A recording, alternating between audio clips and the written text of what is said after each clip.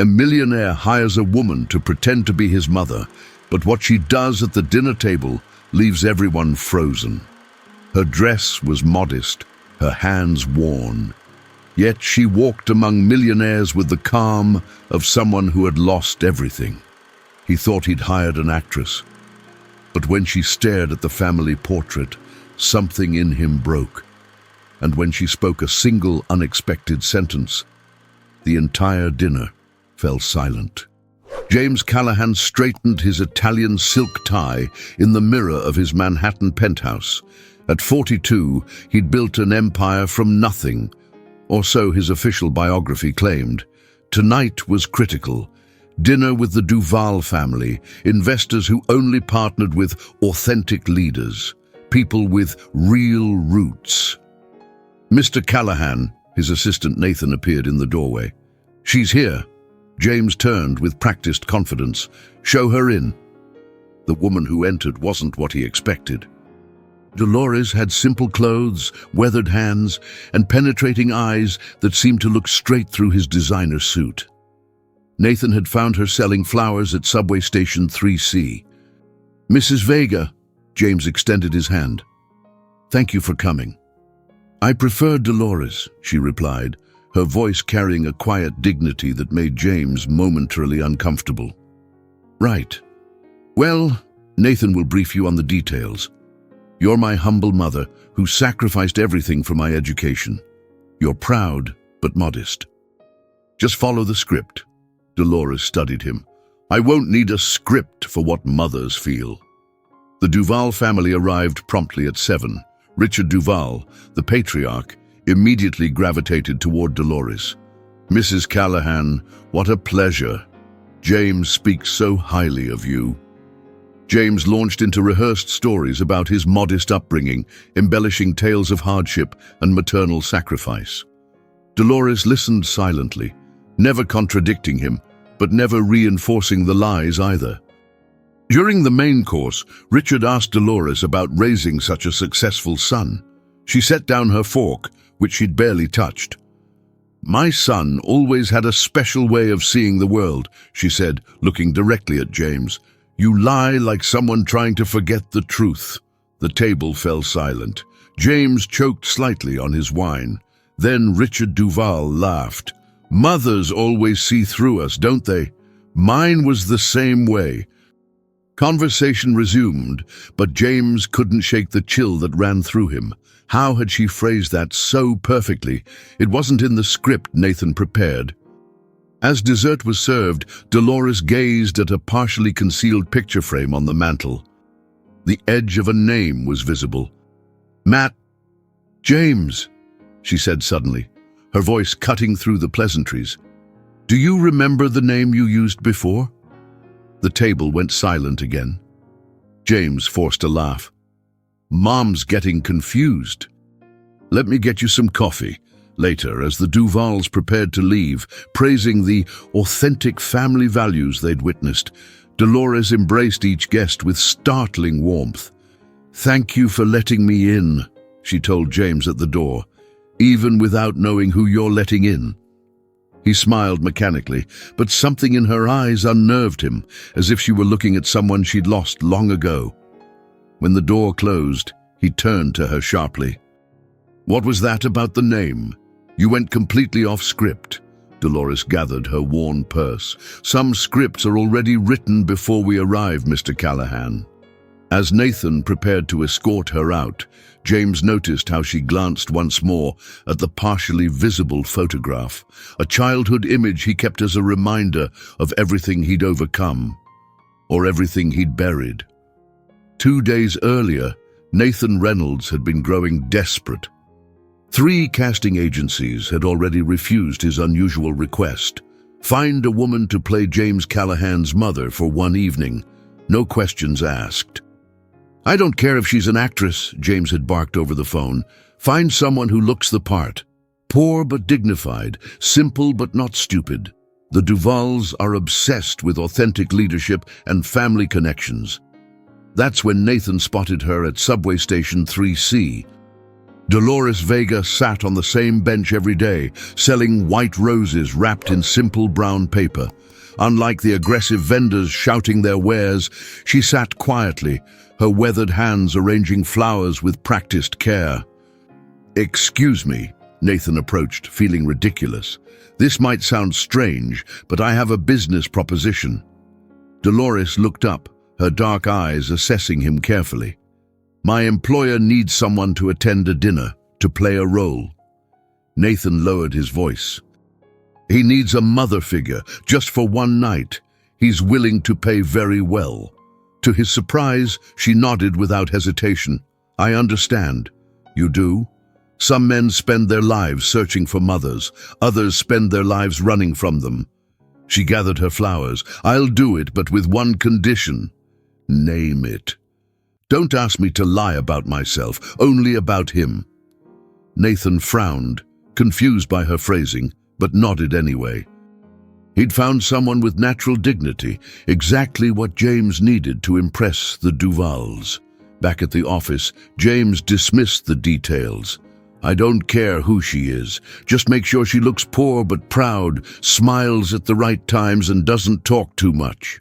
The afternoon of the dinner, Nathan brought Dolores to the penthouse for preparation.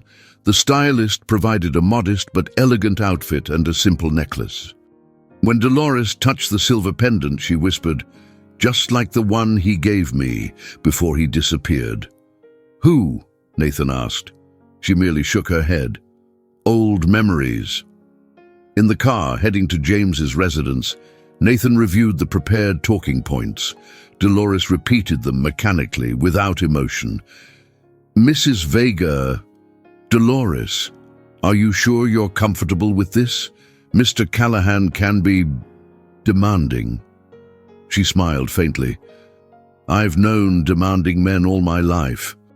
As the car approached the mansion's gates, Dolores suddenly stiffened. "I've been near here before." "You have? When?" "A lifetime ago," she murmured, staring at the imposing structure. "When all the gates were closed to me."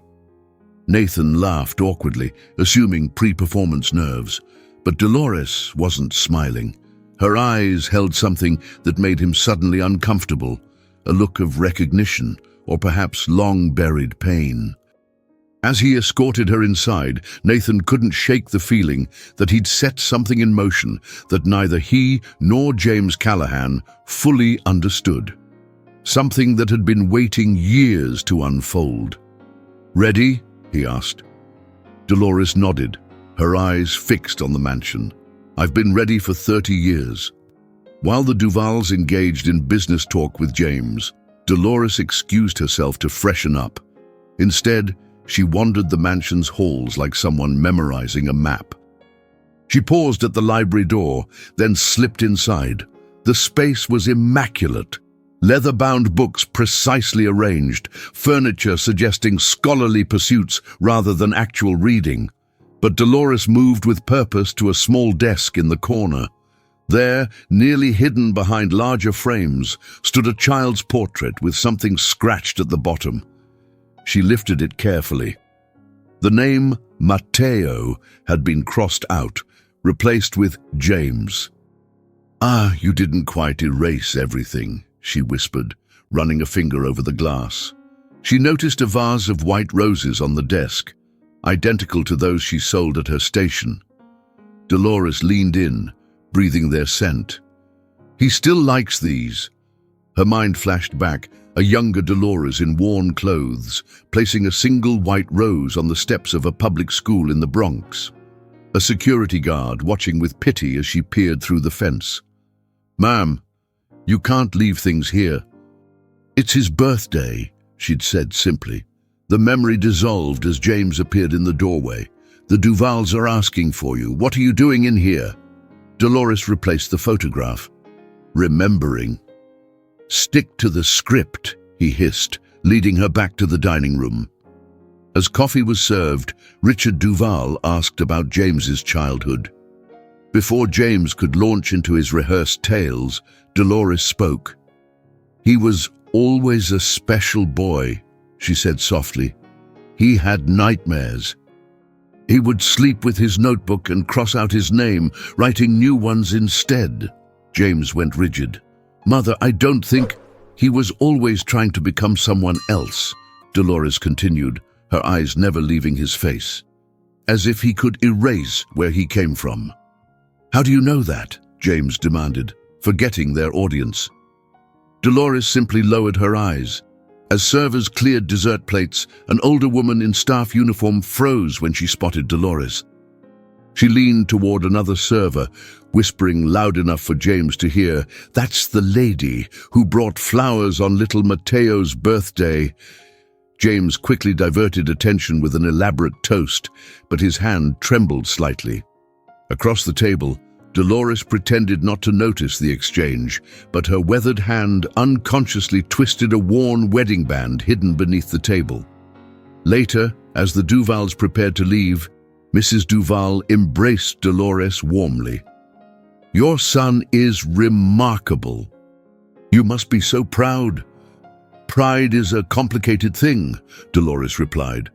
"Sometimes what looks like success from the outside feels like loss from within." As the door closed behind the investors, James turned to her, his composure cracking. "Who are you? Really?" Dolores met his gaze. "I'm exactly who you hired me to be. The question is, who are you?" In the silence that followed, something profound and terrifying hung between them. Like a door neither dared to open for fear of what waited on the other side. "She knows too much," James confronted Nathan in his office the next morning. "Did you tell her those things about me, about the name?" Nathan shook his head. "I gave her the background you approved, nothing personal." "Then how does she know?" James slammed his hand on the desk. Across town, Dolores sat alone on a weathered bench outside a condemned school building in the Bronx. The once proud public school was now boarded up, scheduled for demolition. She placed a dried white rose on the concrete, exactly where she had placed countless others over decades, still bringing flowers even when there's no answer. Dolores looked up. An elderly janitor leaned on his broom, recognition lighting his weathered face. 30 years, she said simply. Every birthday. "I remember when you'd come begging to see him," the janitor said, "after the fire." The memory washed over her like a physical pain. A young Dolores, barely 20, screaming at the gates of a children's shelter. "Please, he's my son. Mateo, let me see him." "You have no documentation," the administrator had said, "no proof of relation, and with your situation, it's better for the boy." The shelter had taken in survivors from a tenement fire that destroyed an entire block. Dolores had been at work, cleaning houses uptown. By the time she returned, Mateo was gone, swallowed by a system that didn't recognize mothers without papers. "His file lists mother unknown," they told her. "That's how it will stay." All she had left was the name she'd given him, Mateo Vega. Meanwhile, Nathan conducted his own investigation. He found newspaper clippings about the tenement fire, about undocumented residents who couldn't claim their children afterward, and a small notice about private adoptions arranged quietly for unclaimed children, including a 5-year-old boy. Back at his penthouse, James battled fragmented memories, sitting on a bench, a rose on his birthday, whispered words in Spanish, and the name he'd been told to forget, Mateo. His adoptive parents had given him a proper American name and never spoke of his past. He drove to the old orphanage, now a community center. In the basement archives, he found scribbled notebooks from his time there.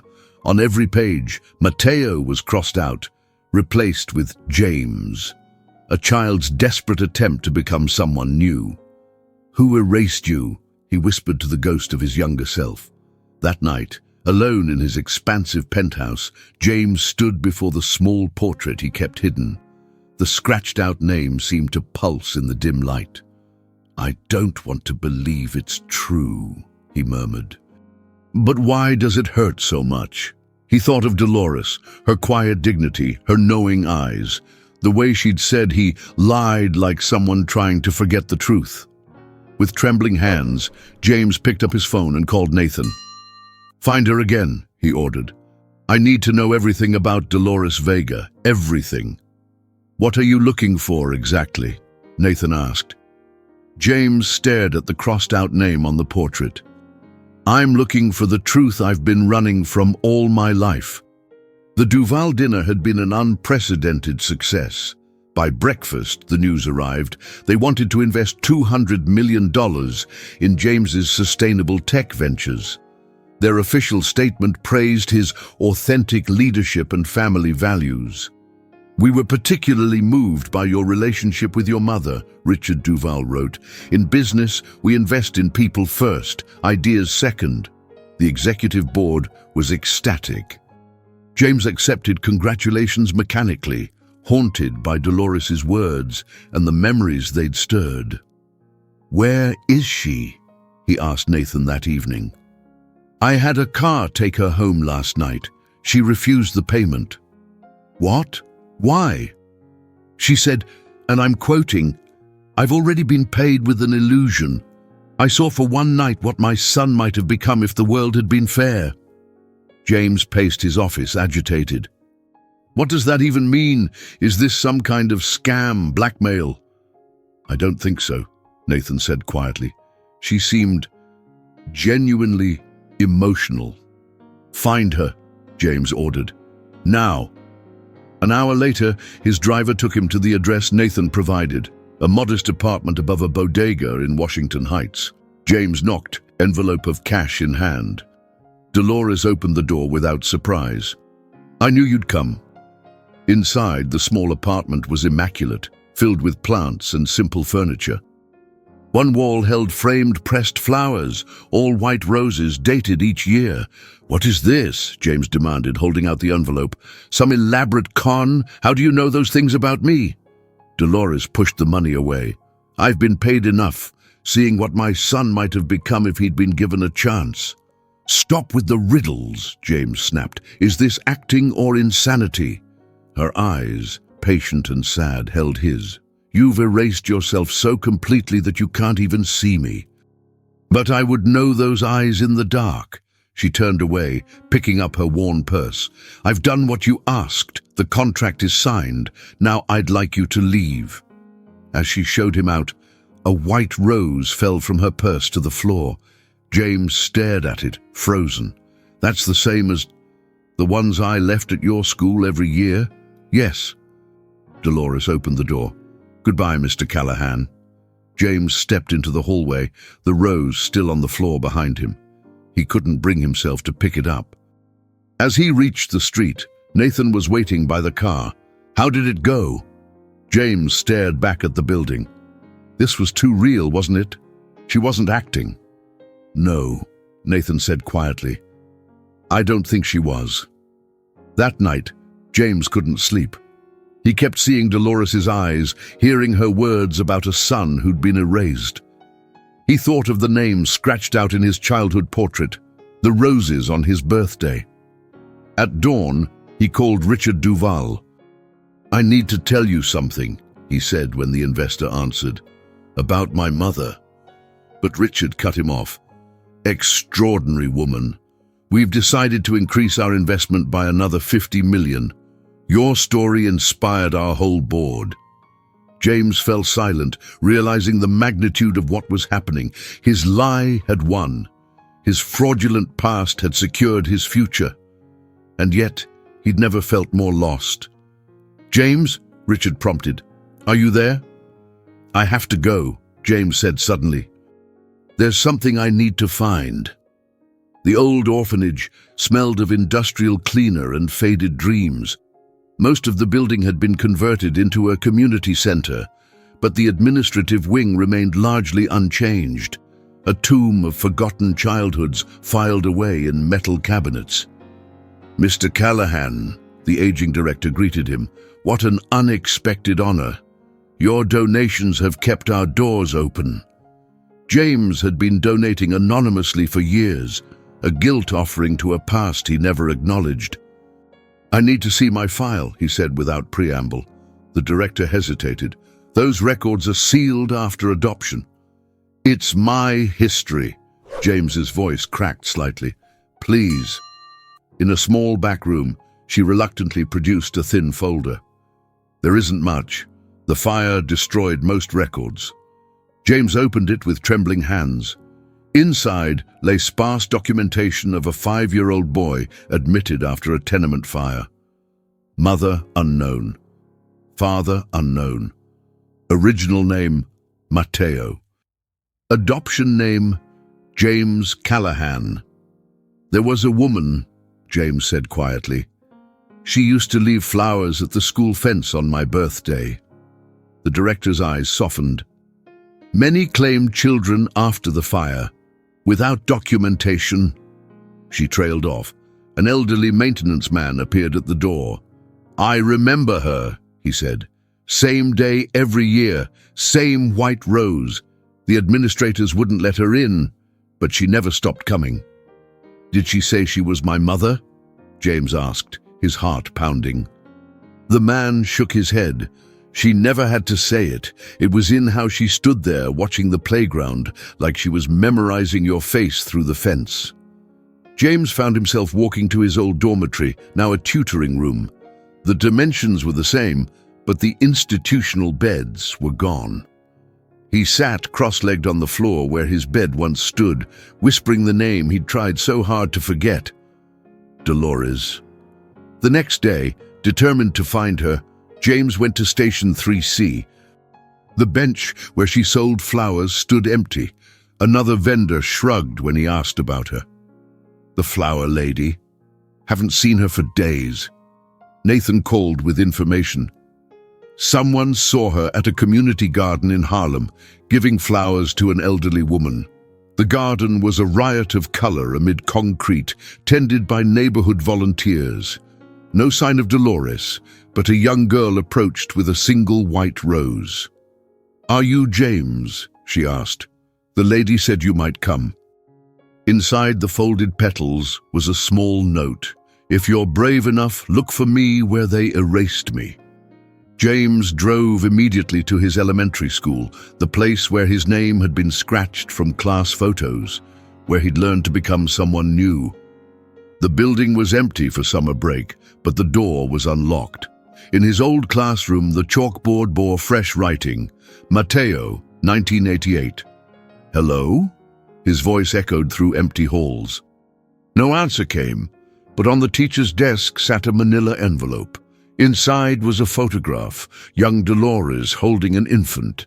The back read, "Matteo's first day home."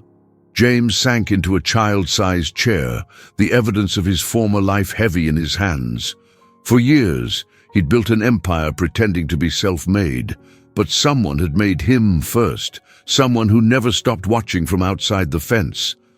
The classroom door creaked open behind him. James turned, half expecting to see Dolores, but found Nathan standing in the doorway. "How did you find me?" James asked. "You once mentioned this school in an interview," Nathan said. "Said it was where you became who you are today." "I took a chance." James held up the photo. "She left this. It's her with a baby." "Is it you?" "I don't know. Maybe." James ran a hand through his hair. "I need proof, real proof." The next morning, James marched into the municipal records office, his status opening doors that would have remained closed to others. He demanded access to his original adoption file. The clerk returned with a thick folder. There was a separate envelope with it, never formally filed. Inside the envelope was a handwritten letter, the paper yellowed with age, written in careful English with Spanish phrases mixed in. "If he ever grows up, tell him I only wanted to see him without pain. Tell him his name was Matteo Vega, and I fought for him until they changed the locks and threatened to call immigration. Tell him I never abandoned him. Tell him I remember." As James turned the page, something fell out. A photograph with a dried white rose petal pressed between plastic. Young Dolores held a small boy in a park. On the back, Mateo's 4th birthday. James's hands shook. The timing matched. The location matched. But most haunting of all, the child's eyes were unmistakably his own. It hadn't been Dolores who recognized him. It was he who had never truly looked at her. Back in his office, James stared out at the Manhattan skyline that had once represented everything he'd achieved. Now it all felt hollow. He picked up the phone and called Richard Duval. "I need to tell you something," he said. "The woman at dinner, she wasn't my mother. At least I didn't hire her to be. It was all staged for your benefit." Silence hung on the line. "I understand if you want to withdraw the investment," James continued. "Why are you telling me this?" Richard finally asked. "Because nothing was real that night. Except her." To his surprise, Richard didn't immediately explode in anger. "That took courage, James. Dishonest, but the honesty afterward, that's something." They agreed to terminate the deal without legal action. The board would be furious, but James couldn't bring himself to care. As he hung up, Nathan appeared in the doorway. "I'm giving my notice." "What? Why?" "I can't be part of this anymore, using people as props." James nodded slowly. "I understand." The next day, Nathan cleared out his desk. "I'm going to work with a youth program in the Bronx. Those kids don't need another suit telling them who to be." "You're a good man, Nathan," James said. "Better than I deserved." That afternoon, James returned to Station 3C. The bench where Dolores sold flowers remained empty, but a single white rose lay upon it. Behind the rose, written in chalk on the bench, "The children who return are enough for me." James picked up the rose, feeling the weight of 30 years of similar flowers left for a child who never knew they were for him. "How do I find you now?" he whispered. A woman sweeping nearby paused. "The flower lady?" She moved on. Said her time at this station was finished. "Do you know where she went?" The woman shrugged. "She mentioned something about returning to where she started, said it was time to close the circle." James looked down at the rose in his hand. The circle that had begun in a tenement fire and wound through orphanages, boardrooms, and subway stations. Where had it started? Where could it finally close? And was he brave enough to follow it to the end? 2 winters passed. Snow fell on a changed Manhattan skyline and on a changed James Callahan. He'd sold his controlling interest in his company, moved from his penthouse to a brownstone in Brooklyn, and lived a quieter life that felt strangely more authentic than all his years of success. Now he funded scholarships for children of single mothers who had lost custody through circumstance rather than choice. The James Callahan Foundation focused specifically on immigration cases and families separated by poverty or documentation issues. Nathan ran the educational component. Having transformed from corporate assistant to passionate advocate, they reconnected at a youth apprenticeship fair in the Bronx, where James watched from the back, content to see the work unfolding without fanfare. "Mr. Callahan," a teenage boy approached, holding a white rose. "Miguel Vega," he introduced himself. "The lady asked me to give you this." James's heart raced. "What lady? Where is she?" Miguel pointed vaguely toward the exit. "She comes to our community center sometimes, helps with the garden." James searched community centers throughout Harlem and the Bronx, following whispers and white roses. Eventually, he found records of a volunteer gardener at a school in East Harlem, a woman who taught children to nurture flowers in concrete planters. The classroom walls displayed a mural of children's names, those who had graduated from Ms. Dolores's gardening program. Among them, in childish handwriting, Mateo, surrounded by drawn roses.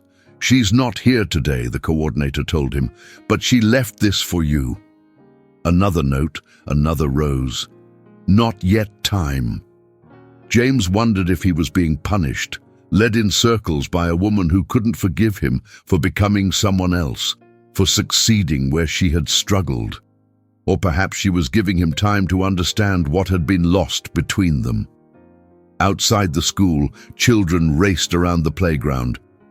One small boy tripped, and James instinctively knelt to help him tie his shoelace. "Are you somebody's dad here?" the boy asked. James smiled gently. "Not yet." That evening, walking through Brooklyn, James realized he no longer knew exactly what he was searching for. Forgiveness, connection, the mother he never knew he had, the self he'd abandoned. "Mateo," he whispered, trying the name on his tongue. It no longer felt foreign. It felt like a door opening to a room he'd kept locked inside himself.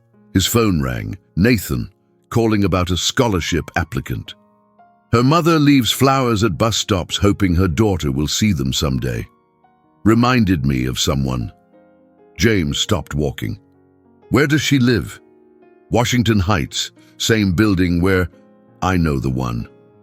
The next day, James visited the apartment building where he'd last seen Dolores. The bodega owner shook his head. "La Señora de las Flores. She moved out long ago." "Do you know where she went?" "Something about returning to where it began." The man shrugged. "She left flowers every week. Then one day, she just said it was time to go home." Home. James had spent his life avoiding the concept, building houses but never making homes. Where was home for Dolores? Where had it all begun? He remembered fragments from his childhood, whispered Spanish, the smell of roses, a tenement apartment with a window box of flowers, a fire alarm blaring, screams, being carried away from smoke while a woman worked across town, unaware her world was burning. That night, James dreamed of a young woman planting white roses in a concrete courtyard, singing softly to a small boy. Her face was Dolores's, but younger, hopeful. The boy was himself, but whole, unbroken by systems and separations. He woke with tears on his face and a name on his lips. Not James, not Mateo, but a street in the South Bronx he hadn't known he remembered. The unmarked envelope arrived at James's Brooklyn home on a Tuesday morning. Inside, a handwritten invitation. Friday, 7 p.m., no cameras. An address in the South Bronx followed, a neighborhood that had been rebuilt after decades of neglect. James arrived exactly on time, standing before a modest apartment building where gentrification hadn't yet reached. The hallway smelled of cooking spices and lemon cleaner. Apartment 4B's door opened before he could knock. Dolores stood there, thinner than he remembered, her hair fully grey now, but her eyes unchanged. Steady, observant, holding memories he was only beginning to recover. She didn't smile, only nodded and stepped aside to let him enter. The apartment was small but immaculate. A table was set for two, with a single chair empty. No elaborate dinner waited, just simple food, steam rising from rice and beans, roasted chicken and vegetables that smelled of his earliest memories. They sat across from each other in silence, broken only by the sound of rain against the windows. James tried to form words, but every practiced phrase seemed inadequate. Finally, he spoke. "I don't know if I'm your son, but I know you've been my mother longer than anyone else." Dolores's eyes glistened. "Sometimes we carry a child only in our hearts, and that's where they stay." She rose and went to a bookshelf, returning with a worn notebook. Inside, pressed flower petals were taped to pages, each dated meticulously. "I never lost count," she said softly. "Every birthday, every Christmas, every first day of school I imagined." James reached across the table and took her weathered hand in his. "If I could choose my childhood now, I'd choose to be your son." She withdrew her hand gently, stood, and went to a cabinet. She returned with a manila folder. "This isn't to prove anything, it's to set you free." Inside was a hospital record from 37 years ago. A birth certificate for Mateo Vega, mother Dolores Vega, father unknown. Beside it lay a dried white rose, identical to those she'd left throughout his life. "I was 17, she said softly. "No papers, no family. When the fire came, they took you. Said a child deserved better than an illegal immigrant teenager with no education. You never stopped looking, James whispered. How could I? You were my heart walking outside my body. Why didn't you tell me that night, at the dinner? Dolores smiled sadly. Would you have believed me, or would you have seen a desperate woman trying to claim a successful man? I needed you to find your way back yourself. They ate slowly, sharing fragments of lives lived apart. James told her about his adoptive parents, kind but distant, determined to erase his origins. Dolores described years of searching, working multiple jobs to pay lawyers who ultimately failed her. I watched you from a distance, she admitted.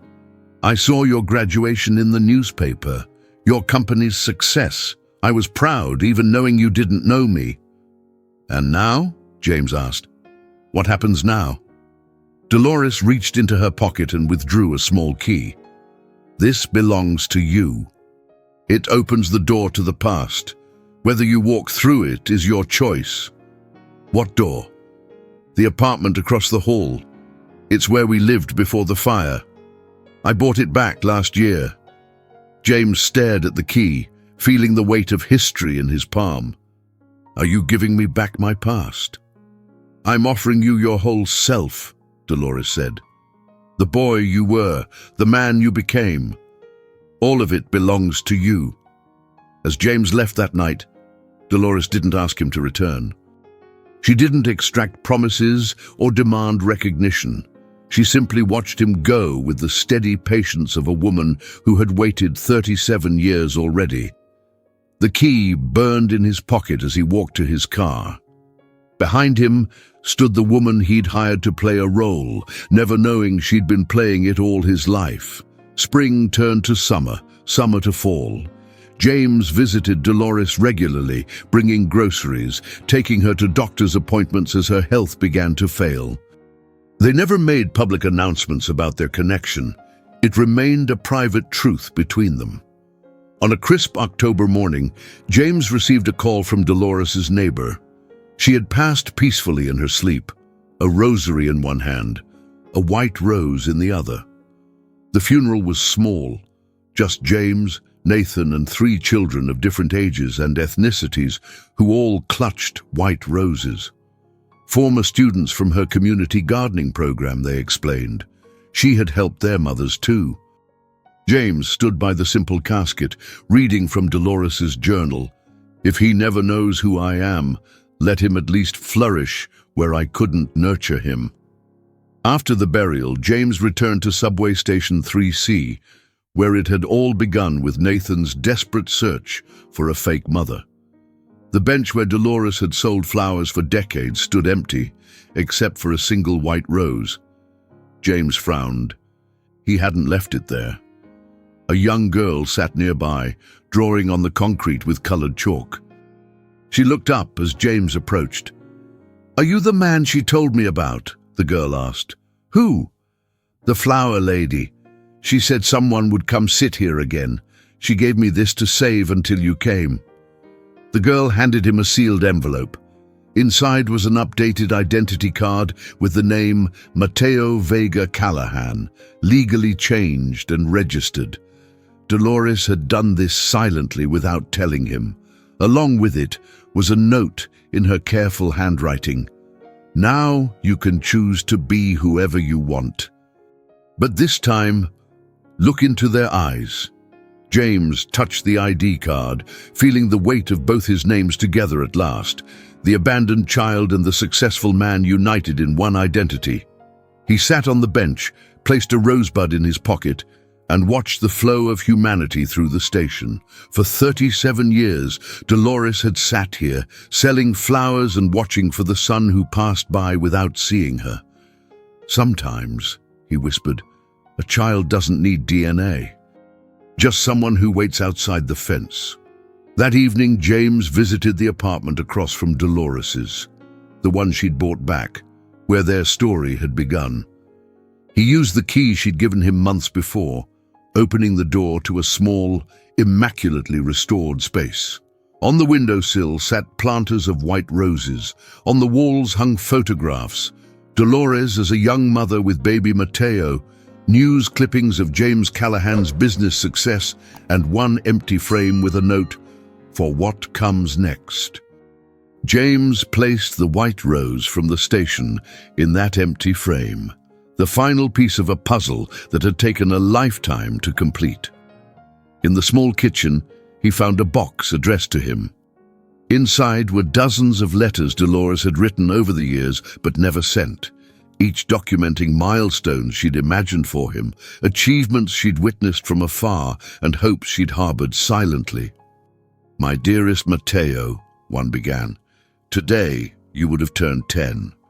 I wonder if you still scrunch your nose when you concentrate like you did as a baby." James sat on the floor, reading through the night, piecing together a parallel life, the childhood he might have had if circumstances had been different.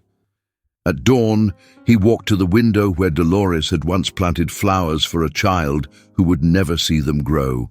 The city was waking up, streams of people heading to work, school, and unknown destinations. How many carried similar stories of separation, of lives fragmented by circumstance? James opened his phone and called Nathan. "I need to expand the foundation," he said without greeting. "Not just scholarships, legal support for family reunification, documentation assistance, record reconstruction for separated families." "That's ambitious," Nathan replied. "What sparked this?" James touched the white rose in the window. "I'm not the only one who got lost in the system. And not everyone gets their story back." In the months that followed, the James Callahan Foundation, quietly renamed the Mateo Vega Callahan Foundation, became a leading advocate for family reunification. James worked without publicity, finding fulfillment in reconnecting what had been broken. Every morning, he placed a fresh white rose on Dolores's bench at Station 3C. And every evening, he returned to find children had left chalk drawings around it, flowers blooming on concrete. One evening, a young social worker approached him at the station. "You're him, aren't you?" she asked. "The man who funds our reunification program?" James nodded. "I have something for you," she continued, handing him a small package. "Dolores left this with our office before she passed, said to give it to you when the time was right, when you'd helped 100 families reunite." Inside was a simple silver pendant, identical to the one Dolores had worn at the dinner with the Duvals years before. "She wore this the day you were born," the social worker explained, "and every day until you found her again." James closed his hand around the pendant, feeling its warmth. "How did she know I'd reach 100 families?" The woman smiled. "She said you'd keep looking until you found all of them. That once you knew what it meant to be found, you wouldn't stop searching." That night, James stood in his Brooklyn home, looking at the two framed identities on his wall. James Callahan, the CEO who had built an empire on a fabricated past, and Mateo Vega, the lost boy who had found his way home through white roses and patient love. He was neither one entirely anymore, and yet somehow both, not defined by who had left him or who had found him, but by the journey between those points. On his desk sat a proposal for a new project, turning the abandoned school in the Bronx, where Dolores had left flowers for decades, into a community center for immigrant families seeking reunification. Its name, White Rose Center. James, or perhaps Mateo, smiled as he placed Dolores's pendant around his neck. The circle was complete, but the story wasn't ending. It was blooming, like the flowers she had taught him to grow in the most unlikely places. Outside his window, New York continued its restless pace, thousands of stories intersecting like subway lines. But now he knew that beneath the noise and ambition, there ran quieter currents of connection, people waiting patiently outside metaphorical fences, holding flowers for those who might someday return. "The children who find their way back," he whispered, echoing Dolores's words, "are enough." And in the morning, he would rise again to help another child find their way home, carrying a white rose and the name that had been waiting for him all along. Some truths don't need to be shouted to be heard.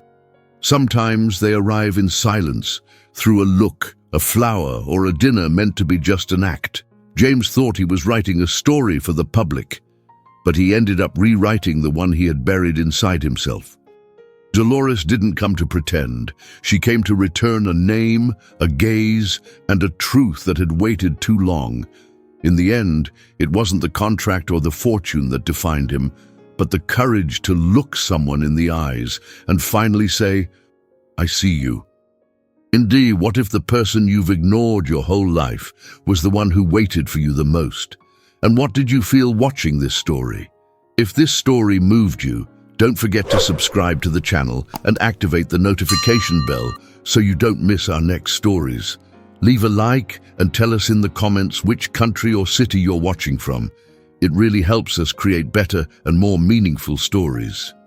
And don't forget, click on the final card on your screen to watch the next recommended video.